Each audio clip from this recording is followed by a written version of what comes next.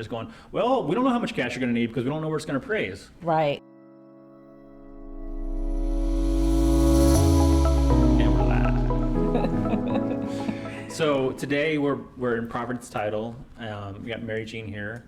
And so today we're going to talk about a little bit of the market update from what you're seeing and what I'm seeing out on the real estate side and as far as the title side. So Yeah. let's dive into that. I would love to know, too, what you're seeing. In your experience, when you're negotiating the contracts, what are you seeing? Yeah, it is so the inventory is still super low, right? We're at 1.3 months of inventory here in the Houston market. And so there's just so much demand for the buyers these days that if you want to buy that home, right, you're just having to go in and you're going in and over asking, right? I mean, depending on the price point, we're going $20,000, $30,000, $40,000 over asking, and sometimes still not getting it, right? And then we're offering to pay, we're doing shorter option periods, right? So it used to be 7 to 10 days. Now we're going, okay, 3 days of option periods, maybe even no option periods sometimes if you really want it. Right. We're offering to pay the title policy, and it's just all these things, and it still seems like sometimes we're not even getting the response from the agents because they're just overwhelmed with all the offers they're getting in. So we don't even know if they got the offer, and we're trying to follow back up, and it just seems like there's just a lot of demand for these homes right now. I agree. I'm seeing the same thing you are with regard to the contracts and the way they're negotiated. It isn't unusual when I'm talking to my listing agents for them to have, 15, 20, 30 offers. As a matter of fact, I had one agent last fall that had 42 offers on a house up in Katy. And so at that point, she's like making spreadsheets because she can't even keep up. And so, yes, the buyers are having to, a lot of times, pick up a lot of the cost. I see a lot of appraisal waivers being attached to contracts. There's some danger in that because if the appraisal doesn't come in and the buyer signed a waiver, but the listing agent didn't check to make sure the buyer had enough money to pay the difference, then you've wasted 45 days and the buyer's going to lose their earnest money. So yeah, that's a really good point right there. So I want to expand on that a little bit. So when me and Amber are offering, we like to offer doing the partial waiver, not doing the full waiver, because doing the full waiver, we're just putting ourselves out on that full limb, and depending on where that appraiser comes back in and puts that number at, we don't know how much cash we're having to come up with, right? Right. So a lot of times we're using the partial waiver, so we at least put in a floor on that bottom of where it needs to appraise for, so that we know, okay, this is how much cash we have, and between, because you got your closing costs, right?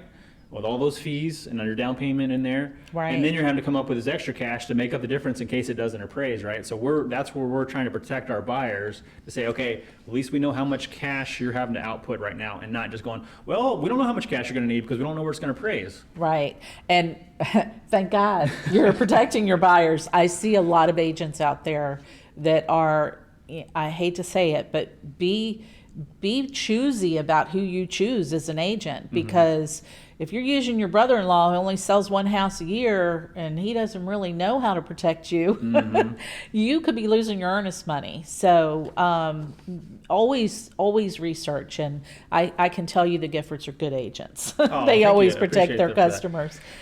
Yeah. But So that's, and the other thing too, I guess, so we can talk a little bit about, and I don't want to, maybe we'll cut it here or not, but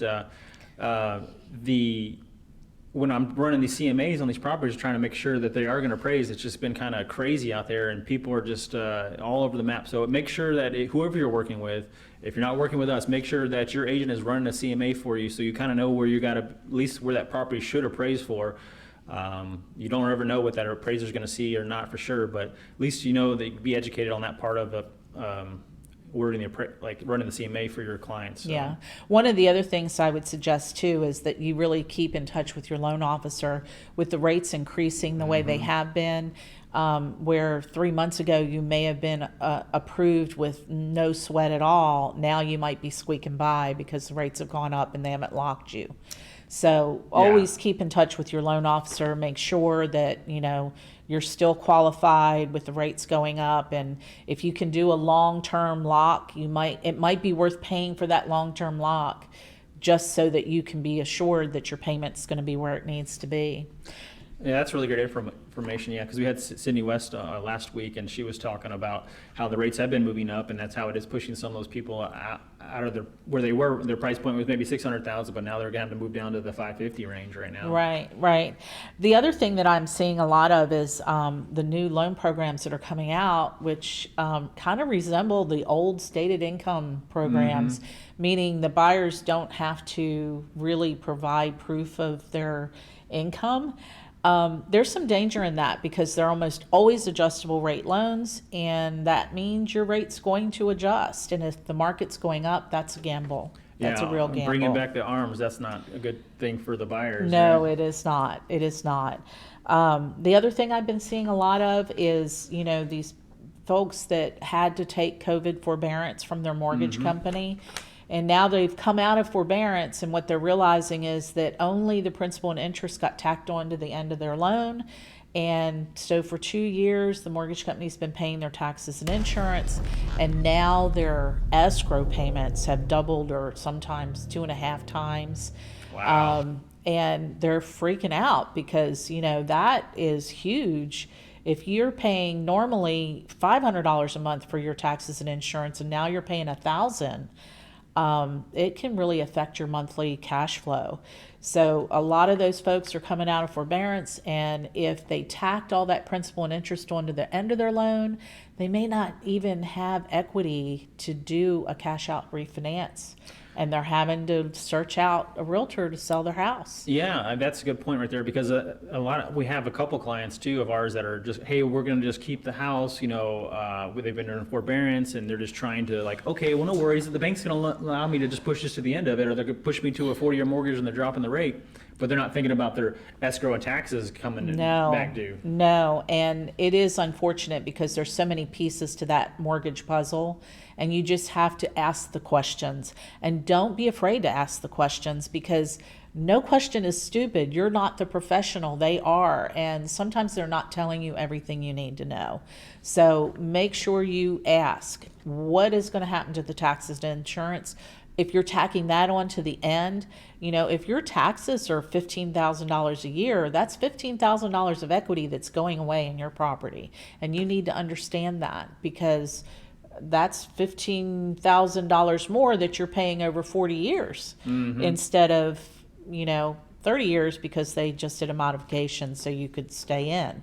So you need to look at the whole picture, not just the pieces they're giving you. Yeah, it's an important point right there, because a lot of times people just look at what's the payment, right? Can I make that payment, right? And they're not actually looking at that whole ball of wax and saying, hey, what is this really going to cost me in the long run? And when I do go to, I keep for another year, but now when I'm going to sell, now I thought I had all this equity, even because my home value's up, but now all of a sudden I got to pay all these things back and I don't have any equity. Exactly. And normally you're paying your taxes and insurance every year.